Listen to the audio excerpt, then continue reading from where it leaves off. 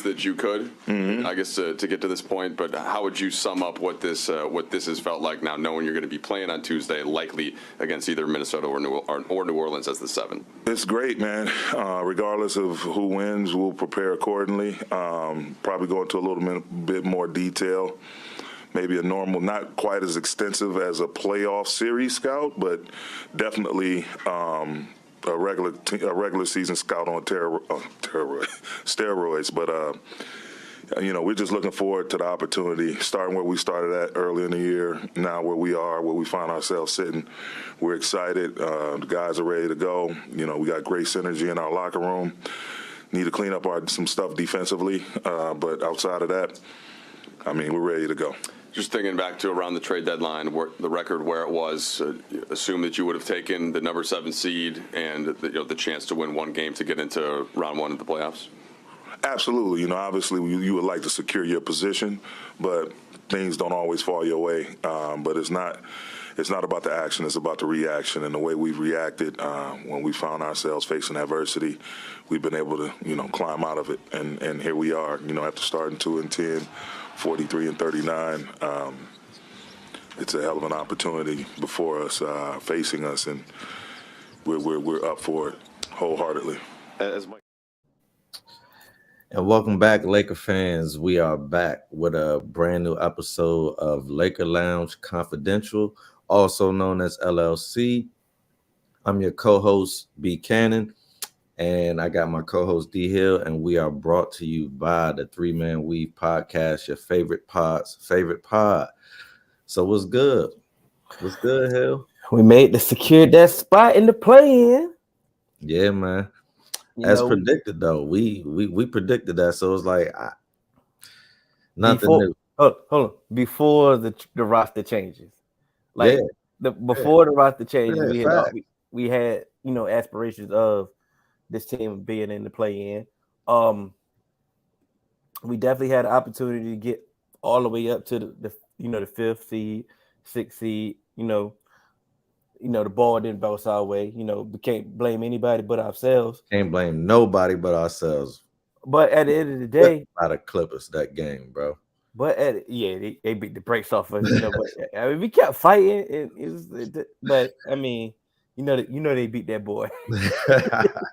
But on a positive note, it's been nearly 20 years since the team, and we the first team to start 2-10 to have a winning record. I didn't know that. That's major right there. What's the last team to do that? I don't care. I didn't research that. You know what I'm saying? It was a notification that I got. Yeah. And, but it was just the fact that that's real, man. It was like, come on now. I understand, we the Lakers, LeBron's on our team, so we have championship aspirations every time once he's on your team. Also, Anthony Davis at the helm as well.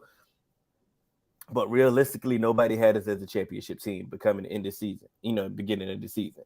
You can call, got mainstream media saying we're one of the scariest teams now. And also we do believe that, depending on the matchup, we could, make some noise. We could make some noise. And that is all be it true. But at the end of the day, from where we started to where we are now, it's an accomplishment in itself.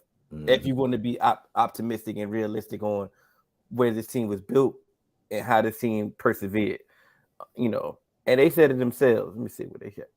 Can't believe we're going to finish this season above 500 after everything that's going on this season. Yeah, man. Turn this thing around.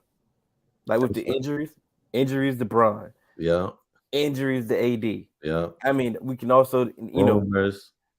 Rumors, trades, people wanting out, people requesting trades, dealing with trade rumors, other injuries.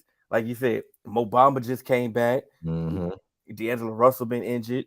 Before then, like you say, Schroeder's dealing with a little foot injury or Achilles injury now as well. Bro, get some meds, bro. What's going on? Man? I have no idea. We keep saying this is a consistent theme. NBA, like, come on. NBA got to look into the lower leg injuries, bro. It's ridiculous. Also, you got to think about Ham being the first time head coach. In the Lakers market, and like I say, learning on the fly. I like him. Like I He said, he's bro. We've been critical of Ham, yeah. and we've praised him when he's done right. But what I could say is when we've been critical, he's made adjustments. And in years past when we've been critical, it's like professional teams will just keep doing the same thing over and over, regardless of what people see. We've seen it in other sports, we've seen it in the NBA, and it's like, bro, if you see what the issue is, why not try to make something? And it's like Ham has been very good at making adjustments. So I'm happy with him as a coach, man, and I'm excited about what we got going this postseason. But I'm also excited for the future. What Ham at the helm. You feel me? I'm kind of, I'm gonna say, pessimistic about the future, only because I don't know how the playoffs is going to work out. And what I fear is one of those LeBron clutch sports driven media sessions of player acquisitions the entire offseason. That's what I fear in the offseason. So I'm really not really excited yet based off what the playoffs could end. Man, Off his track record. but you know what? That's beyond Ham. So I'm saying that's organization. So it's like I'm just based off his track record this year. I don't care what we do with the pieces. I feel like he's gonna do his job. When the chips was, like you said it, when the chips was down before the trade, we believe. And why? Because probably of him. Also because we had AD and Bron still, but it's like what he was able to do with them, rest when they needed it, playing when we needed it, putting the pressure on them, calling them out, when they needed to, then back down. That's one of the things that I haven't liked over Bron's career is some coaches have like been afraid of him. I would say Mike Brown and Eric Spoelstra were two of the ones previously who were not. Gotta add Tyronn Lue too. And Tyronn Lue. Yeah, I forgot about Lue. But a lot of his other coaches were. So it's like, it is what it is. But I definitely like Ham coming into the fold and just saying like, hey, I mean, if we lose, it's on me, so it's got to be my way. Yes, sir. So let's go. Let's move on. So we are officially in. We have the 7th seed right now. The play-in tournament has definitely been like the 3rd year in the play-in tournament this year. Is it the 3rd year? It's either the 2nd or the 3rd year. I think it's the 3rd, but that's irrelevant. Y'all can fact check that later. But we have the play-in tournament. We have a home game. We are the 7th seed. We are playing the Minnesota Timberwolves, and that's a tough, scrappy squad right there, man. Absolutely well-coached squad. They match up with us well. They had a great game plan on defending AD, and pretty much defending AD. When they stopped AD, they kind of derailed the rest of the team. But at that time, when they had that game plan, LeBron wasn't on the floor. So not sure how they're going to, do it differently this time around. But it's definitely not taking not taking a minimal at all. It's definitely a scrappy squad, a well-coached squad, and they definitely gonna come out and handle business. But yesterday, the pressure got to him.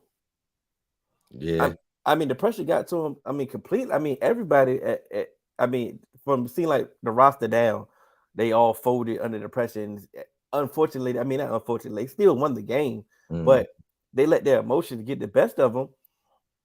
I'm pretty sure. It's a playoff atmosphere, man. I'm pretty sure everybody's seen, Rudy Gobert threw the punch at Kyle Anderson. Kyle Anderson responded, how he responded. We had also Jaden McDaniels. He suffered he punching the wall, breaking his hand, and that's an important piece right here. This is one of the best. That's definitely an important piece. One of the best defenders in the league, probably all NBA defender right here. Taking him out that lineup definitely, it's going to be a cause and effect right then and there. But that's just also just a bad That's just bad as a professional athlete right there on him. A self-inflicted injury Absolutely. because of your emotions. That's messing with your bag, bro. Like, Yes. come Your on, hand, bro. And your this is hand. the worst. I'm stepping outside of me being a Laker fan right now.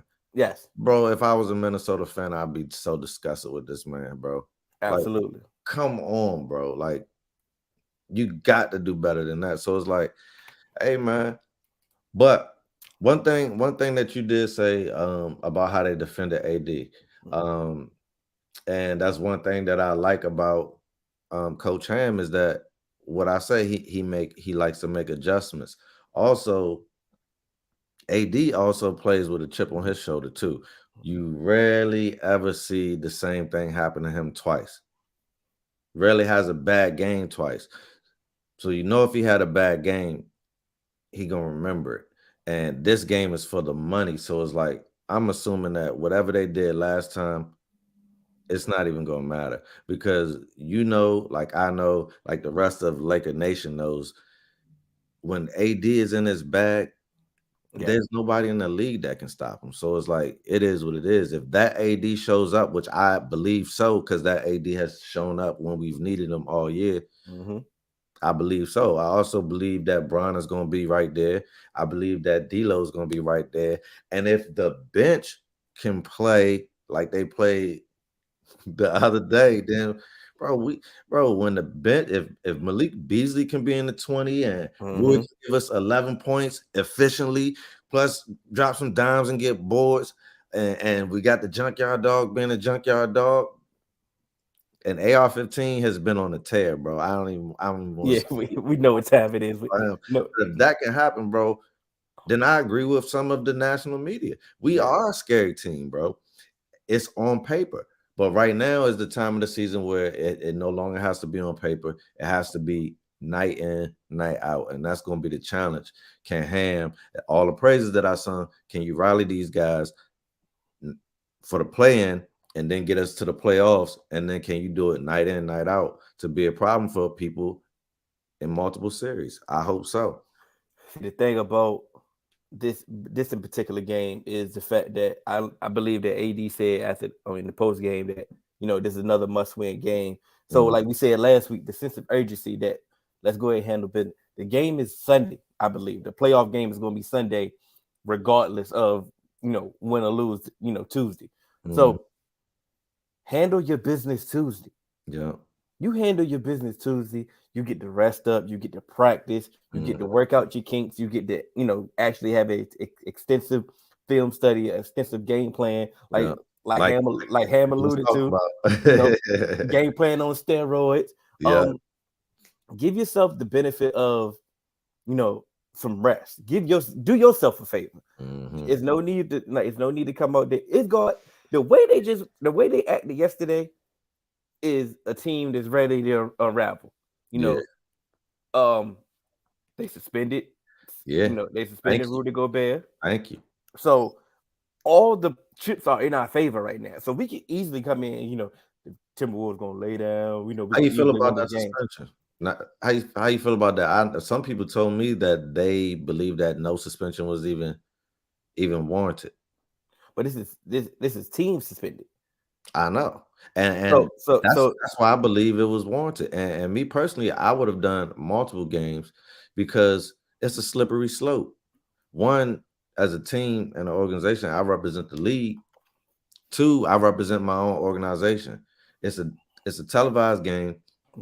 Can't have one is you can't fight in the NBA, period. Now you're fighting someone on your own team because that was a clear blow thrown. And then and what they say is about first, I'm thinking that maybe Kyle Anderson said something that was completely disrespectful. And if he did, then I feel Rudy because I'm judging Rudy by his character. He normally just don't start trouble.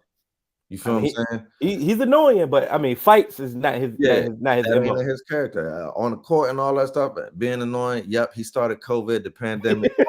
That's on him. But he normally don't just start fights, bro. So I felt like Kyle maybe said, I don't know, but the reports are that is about a defensive assignment. So it's like, bro, if you acting like that over defensive assignment, then what you said earlier, It's correct. The pressure got to several of them, and they showed signs of unraveling, bro. And you have to be suspended for that. And so I applaud, them for saying it is what it is, because we came up on coaches not caring. It could have been championship week for Churchill and Truckers. Hill, if you would have done something against the team rule, you would have sat, bro. And your coach wouldn't have had no remorse about it. But it's like when times change where if you're nice, they make sure that you're eligible, man. Because on the flip side, same thing happened with the Clippers. They fought on the sideline too. Ain't nobody suspended. Ain't nobody suspended. And I guess that's why people are saying to me that they felt like it's too much. But it's like it's to me, that's lack of accountability. Absolutely. On the organization as a Clipper, which is why they're number 2 in LA, bro. Absolutely. They should have been fined or something. I get it. The circumstances for their team is different. They're going against the Suns in the first round. So I get it. We need all hands on deck. But like I said, but what are you showing like at this point? So now y'all get another argument where it's another fight break out and y'all didn't nip this in the bud. Yeah. But I mean, hey, F them. They're the Clippers. It is what it is.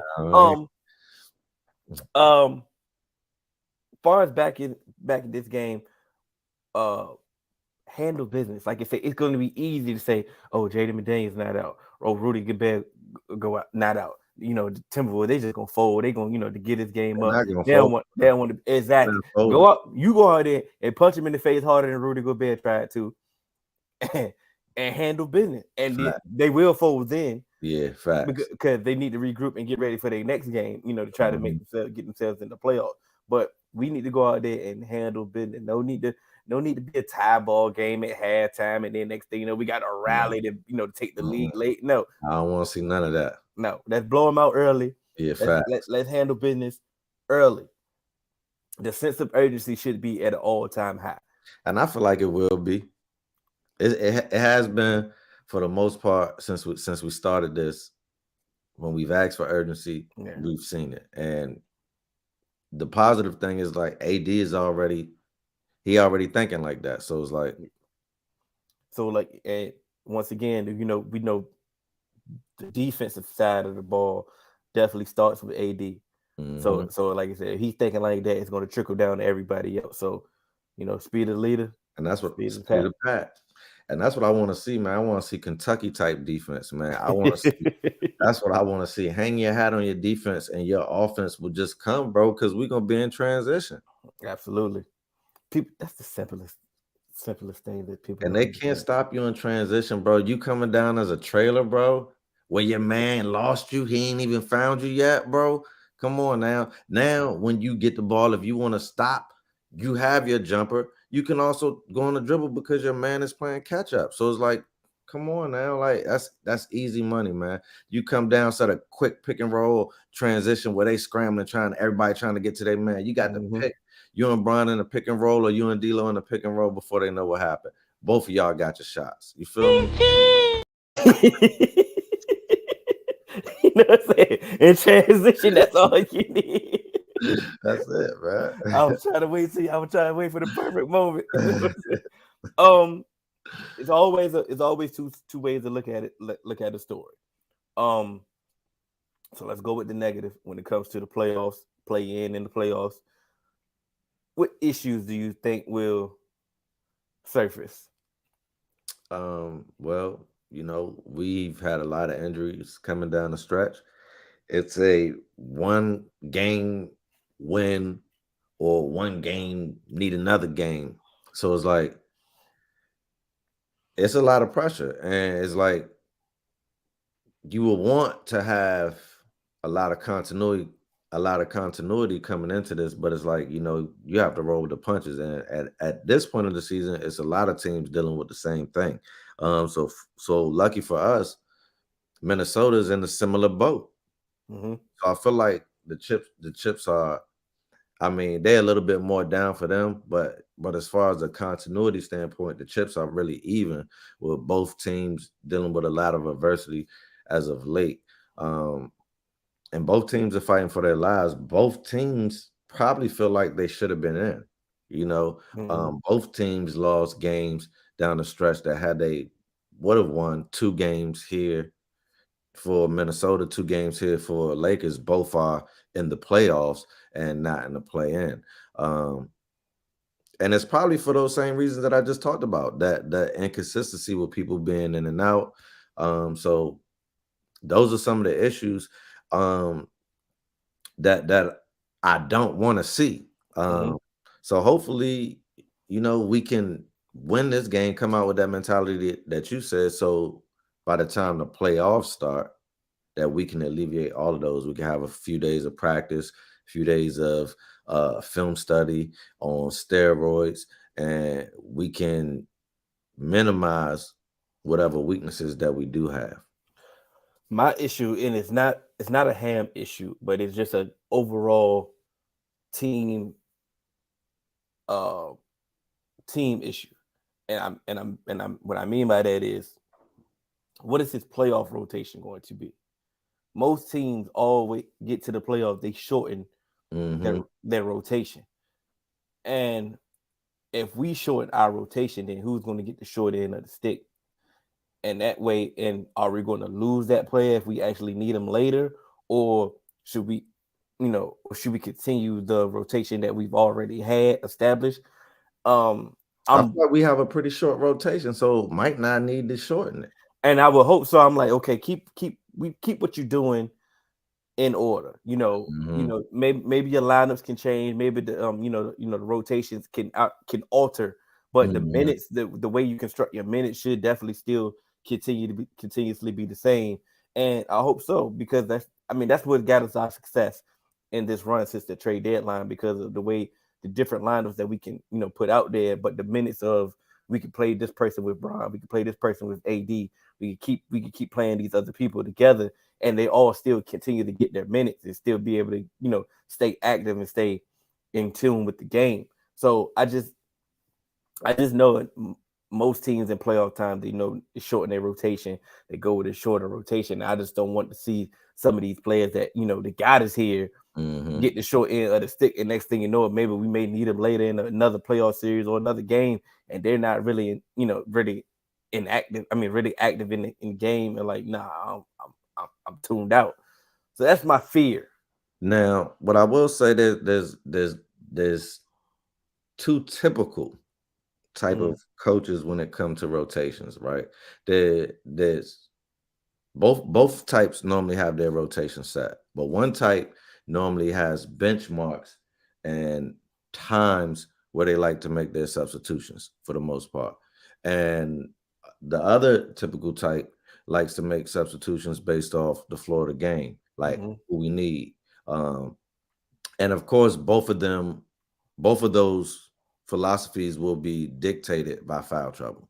We'll make both of those change. And I like to think as Ham as the latter, where he has his rotation that he thinks like, who's going to be available to me tonight. But I'm also waiting for when I feel like it's the opportune time to get them their spots. They're going to get about this much time, and I'm going to pick and choose their spots throughout. And it's normally going to be when somebody else is being ineffective or actually needs a break. I'm watching them, they look tired. And so hopefully we just make the right subs, bro. I feel like he's been making the right adjustments all year. I feel like we're going to do right, but that is a very, very real issue that could be a problem in this game. I could have went the easy route and just said injuries, injuries. I'm scared of injuries, but obviously, every team. Once the game started, it is what it is. It is, but at that point, so I definitely didn't want to go that route. I wanted to go do a different route. Ever since we called out, ever since we called out Rui and his DNP. Yeah, the boy been effective. Been effective, and at least being scrappy and stuff like that. So, but he also been efficient. Ain't been taking a lot of shots, but at least hitting the majority of the shots that you take, and that's all you can ask for someone off the bench. And if you keep doing it like that, you might see your minute increase based on the matchups. Because I do think that it's the playoff time. I do think when Vanderbilt is on the court, teams may try to play him differently. Say his shooting is definitely not his strong suit. You know, the scoring definitely not his strong suit. So it may be a lot of 4-on-5 type of defenses. You know, I hope so, because one thing you can't, if you leave him open, he's gonna get his bucket. So it's like, please, that's helping him. So I hope they do that. You know, but I'm just saying, you know, it's teams, you know, they defend you differently than they did in the regular season. So I'm just saying, but please leave the junkyard dog open. He's not that one. That's definitely a strategy, but I don't think that's a good strategy because he got a chip, bro. Yeah. So if you leave a dude with a chip over, he's like, what? I ain't the best shooter, but I can hit open shots. Watch. Pow. And I bet you, and when they start checking him, then somebody else gonna come open. So I hope so. I truly hope that's how they play him, bro. So let's so like you said, we touched on the negative. Let's get to the positives. What are you most confident in with us in the play-in, more so, and in the playoffs? Well, in the play-in, I'm definitely more confident that we have the best player on the floor, or the most dominant player on the floor, which is Anthony Davis. He can give us 40 and 15 in this game. And I feel like if he gives us that 40 and 15 and the bench shows up, I don't even care what the rest of the starters do. If the bench shows up and AD has a monster type game, he don't need, and in reality, if he has a monster defense game, like back in Kentucky, I'm talking 5 blocks, 15 boards, a steal or 2, you feel me? If he plays like that, then he don't even need 40. I feel like we'll win. So it's like that's what I'm most confident in, is the fact that we have a player who can affect whether we win or lose multiple ways, with lots of points on the defensive end. He can have 15 points and dang near be player of the game, the way he affects the game. So it's like there's not many players who can do that. You see what I'm saying? That's, to me, that's the most confident factor, and it's the fact that who's his co-pilot is Bron. So it's like, I get it. Like Minnesota, they got one of your favorite players. This is what, your third favorite player? Yeah, Anthony Edwards. You know what I'm saying? So, and he's a flat out dog. Like, yeah, absolutely. There's nothing bad I can really say about his game, man. But it's like he's down some of his troops. Can he put them boys on his back? And can you do it with an AD coming in there who's not really nicked up? You feel me? Mine is definitely the fact that I think Malik Beasley found this stroke. I hope so. It looked like it. You know, he's starting to realize, you know, what he was brought here to do, shoot. And I feel that he, got comfortable with what he was been asked to do. Rui been asked to do with his, but he's been consistent in his role. This is what you want me to do. I've been efficient and I've been hustling. I've been giving you what you asked me of. Okay, I know I'm not giving you 20 points a game, but what do you ask me to do? We don't need you to get 20. I'm not a liability, you know what I'm saying? But what you're asking me to do, I am doing it to the best of my ability that will be asked you for. And I know a lot of criticism, everybody was making fun of Bron for crowning himself yesterday against the Jazz. My thing about that was, did you see the shooting night that he had? He hasn't had one of those shooting nights in a while, even before the injury. His shooting efficiency has definitely been a little bit off. Bro, so, it is his crown. I don't care what nobody says. No. Yeah, I ain't talking about the crown. I was more impressed with the shooting. I was definitely impressed. But my thing is, bro, when you're the king, he's the certified king. We ain't got to talk. This ain't GOAT. He been the king for 20 years, bro. And that was the last game of 20 seasons on the season where he broke the all-time scoring record at home. Dealt with real injury, probably for the second time in his career. The first time was a groin one. Also with the Lakers, both with the Lakers. Bro, let me put my crown on, man. Come on, man. Like I'm feeding off the energy at home. You know, like you say, Bro, I'm putting I can my do it crown on, bro. But more importantly, like I said, the shooting of, you know, like I say his jump shot was definitely on point, and if he can have an efficient shooting night, it's sky's the limit. Because like you What said, you tell me about jump shots though? Remember when I asked you, why does it seem like shooters just all of a sudden one day can't shoot, right?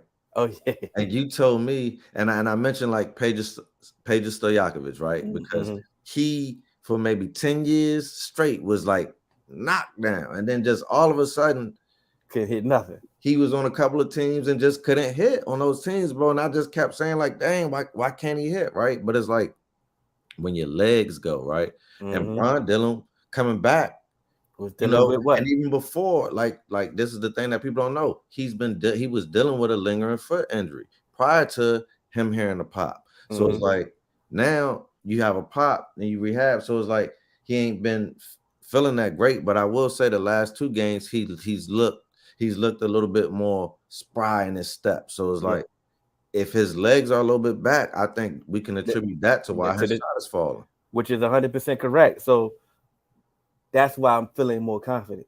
Like you said, the AD. I knew you was gonna take the AD point because the AD has been AD all year.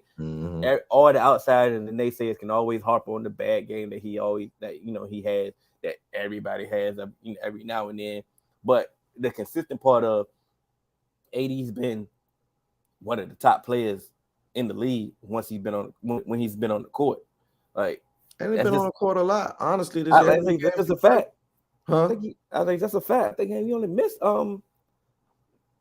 he had that stretch mid-season and then a game or 2 here, you know what I mean, for small injuries, but that was it. He's been here for the bulk of the season. Yeah. And definitely a very important piece of why we're here in this position. Right.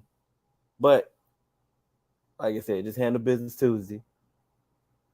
And we can handle it. Then we will have more episodes. We'll have more episodes, and we can definitely go more in depth of.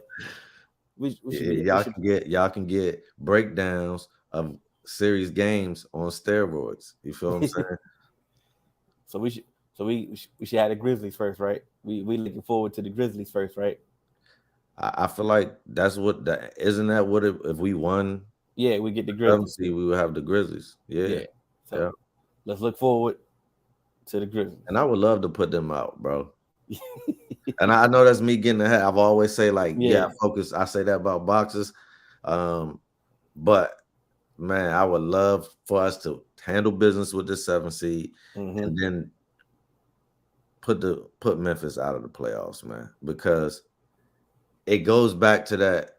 I wish we had that soundbite of Ja Morant talking about he ain't worried about the West. Oh, man. It's like, bro, even if you do beat us, bro, you got a lot to worry about in the West. Let's be real, bro. It'll be a miracle if they come out of the West, bro. I'm gonna just say that. I have no idea who it is, but if I had a guess, it's probably the Sean. Yeah. If I had to guess, it has to be Sean. But yeah, y'all worry about y'all playing game. I mean, if it has to be him because he's a fan. So what do you want him to say? But also, I love BI. I'm a BI fan, man. So it's absolutely. But coming from a BI fan, you know, and I know that he's not better than Anthony Davis because he also gets nicked up. Absolutely. But they have a similar body build. He's not as big as AD, but they have a similar body build. So it's like they're gonna have those injuries. You feel what I'm saying? Like I said, Tuesday night, we're definitely going to have, an important game on our hands. We got the Timberwolves. Let's just go out there and handle business. Nothing, the sense of urgency should be at an all-time high. It's nothing to talk about. It's nothing, leave it all on the court. Game on TNT. You know it. What you prefer watching games on? TNT or ESPN? ESPN. ESPN got better during game commentary. Yeah. TNT got better halftime and post game show. But my thing about the halftime is that the fact that like I'm like Chuck been so against the Lakers like for a while. It's like I have a disdain from like listening to it. Like, you I know, like the fact that he be against the Lakers, bro. Like it makes it better when we win, bro. and like I said, I get it. Like it's entertaining, but I mean, but you asked for my preference, so I you ain't know, mad at it. I you know. respect it. So it's like okay, he's like for example, like he took us losing to the Clippers to the highest extent. Like the Lakers ain't doing nothing. Look, they just lost to the Clippers. Like okay, we lost to the It Clippers. hurt me, and that's why I was like, man, he got me, bro. So it's like I Yeah. need to get Chuck back, man. Now they got to deal with the Suns in the first round. That's what So he now did. so But now he you like did the Suns, so it's like it's a win-win for him, bro. and what was it? It's entertaining. It's definitely entertaining. Like I said, you know, it's just. But you asked me a question. Yeah, but no, I probably do prefer the games on ESPN. I ain't gonna lie. I definitely need more. I need Market Doors. You know what I'm saying? Yeah. So that's for me. But like you said, we got the game on TNT Tuesday, and you know, hopefully we get the win. Just can't keep stressing that even more. But hopefully we get the win, and then we rest up till Sunday. Yeah. What you doing? What you doing Sunday? I'll be coming back from home. All right. So it all depends on what time I get back. All right. I'll hit you. All right. We are LLC. I'm Hill. That's Cannon. And we are. Oh, make sure y'all like, share, subscribe.